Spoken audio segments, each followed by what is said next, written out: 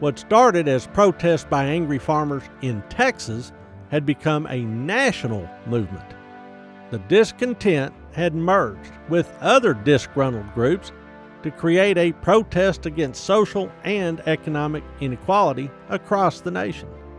Charles W. McCoon of Cameron, Texas, became one of the most forceful leaders of the movement.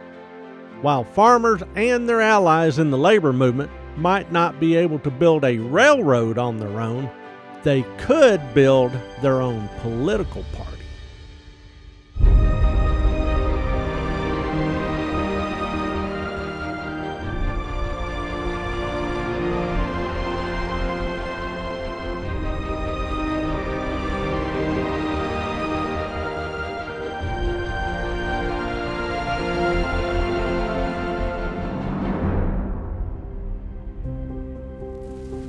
In 1892, a coalition of angry segments of the American population founded the People's Party, also known as the Populist Party.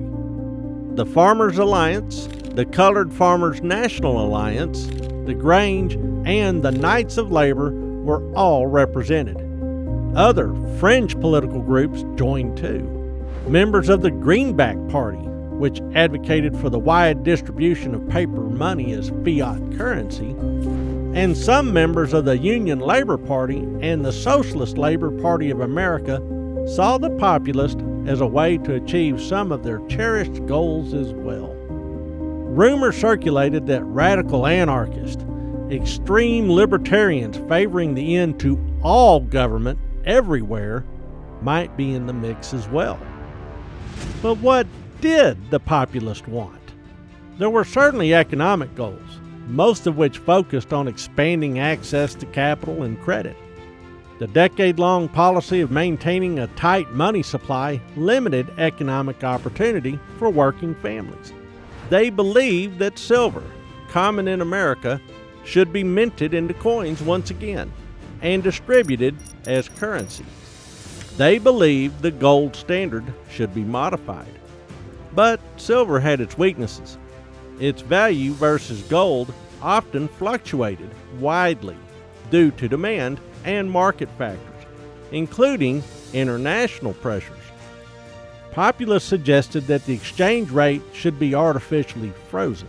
In short, Populists wanted the government to intervene in the national economy. They had specific ideas. They pressed for a graduated income tax. The more a person made, the more they should pay in taxes. Farmers needed help too. Since crops all came to market at the same time, Populists recommended the U.S. government build warehouses where crops could be stored or banked and released gradually throughout the year to even out the forces of supply and demand. This was what they called the sub-treasury. Populists believed the government should also own all common carriers and businesses that were natural monopolies. This included railroads, telegraphs, and telephones, all technologies that were nearly immune to competition. The People's Party also had labor and social goals. Farmers wanted land to be cheaper, with government loans financing the transactions. They believed Uncle Sam needed to finance their farming operations. Populists also opposed ownership of American land by foreigners. They believed immigration needed to be curtailed as well.